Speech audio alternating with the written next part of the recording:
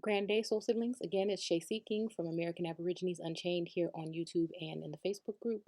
And today we're going to be talking about one of these women of antiquity.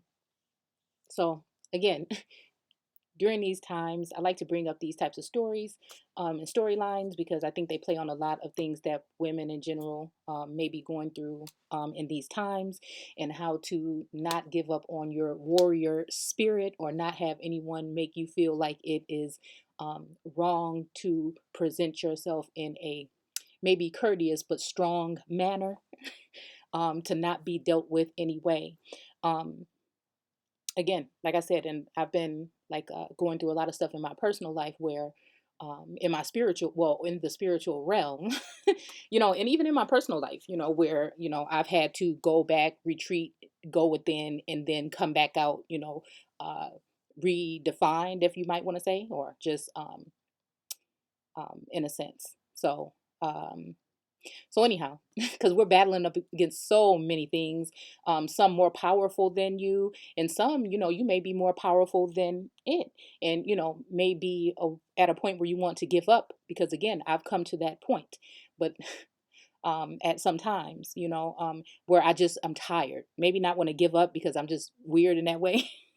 I'm always curious, and that's how and that's what killed the cat, right? So it's more so,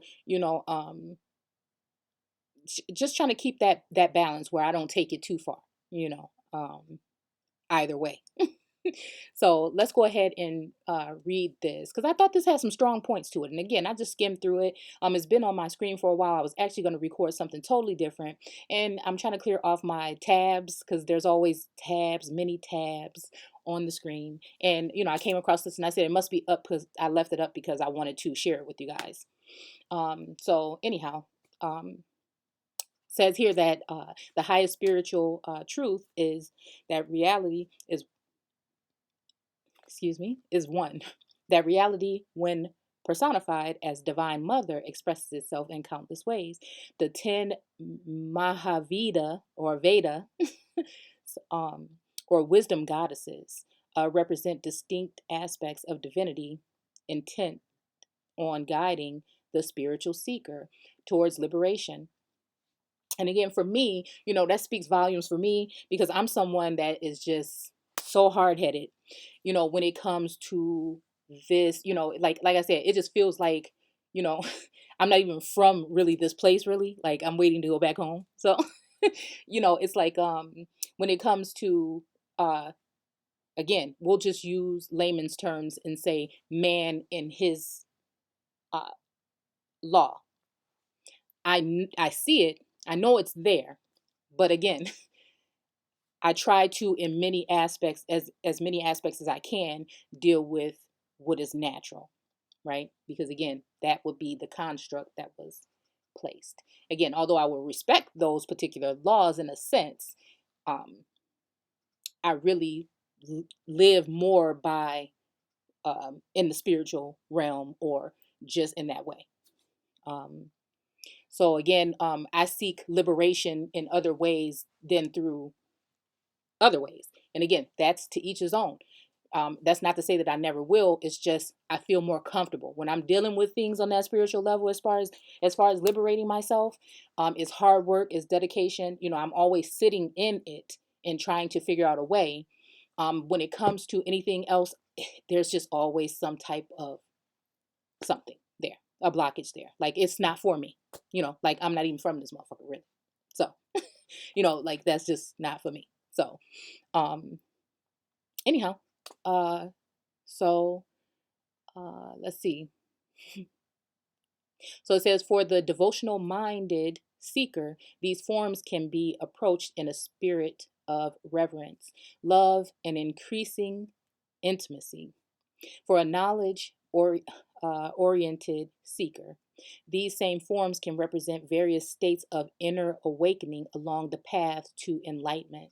So again, in this way, this would be the way for me, to honor my mother and father or my ancestors, because they were not always dealing with man in his way. Man in his way is what deterred them from their way. And so again, when it comes to all of these things that we're dealing with on this realm, for me, because this is just what I've been sent to do, dealing with the spiritual realm is just natural to me, right?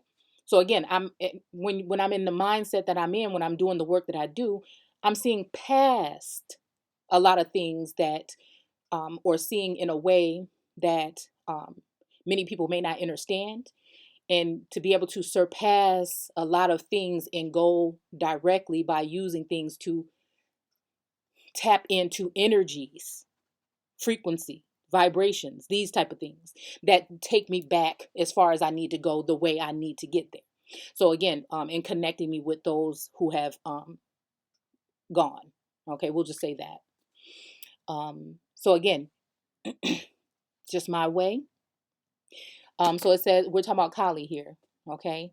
And it says in a series of 10 Mehavidas, um, or wisdom aspects of the Divine Mother, Kali comes first, for she represents the power of consciousness in the highest form.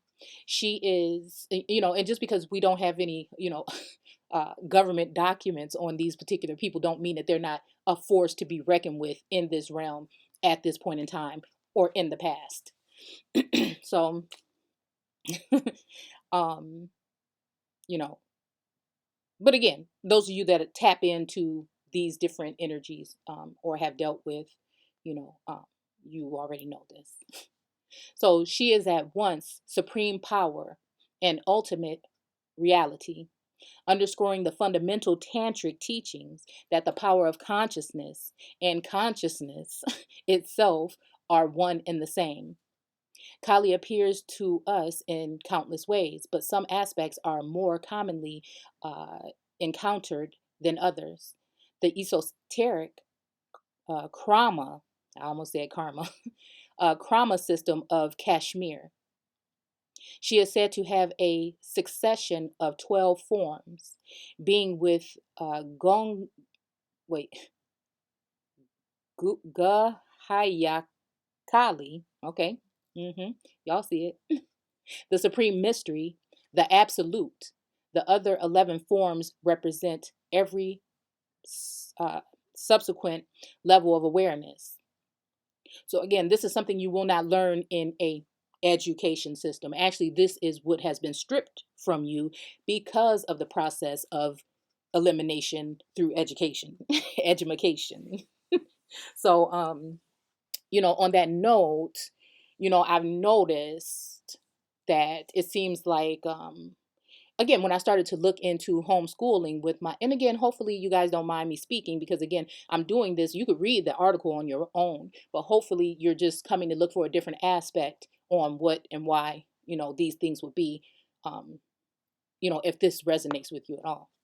So, let's see. So even researching homeschooling and finding out that homeschool children tend to do a lot better than children in the school system. But then again, after figuring out and waking up and realizing and rising from that modern day way of thinking, what life and living and wealth and health are so way further off from what these people knew back then, without all of the tech. Well, they had technology, know that, but without all of the materials that we use today that are just dumbing us down, basically. So, and again, because of fear of what is within us, this is why they keep you worrying about everything that is outside of you, everything that would bring some kind of uh, agitation or troubling. And so that's why I am somewhat of a stubborn, and maybe it's maybe it's something in me. Maybe it's the bull in me, but I just like to go against the grain, and that's just how it is. So, especially when I realize something is wrong, when it comes to any type of system or construct that's outside of self. Now, it's a little bit hard for me to discern things that I'm dealing with on the spiritual realm when it comes to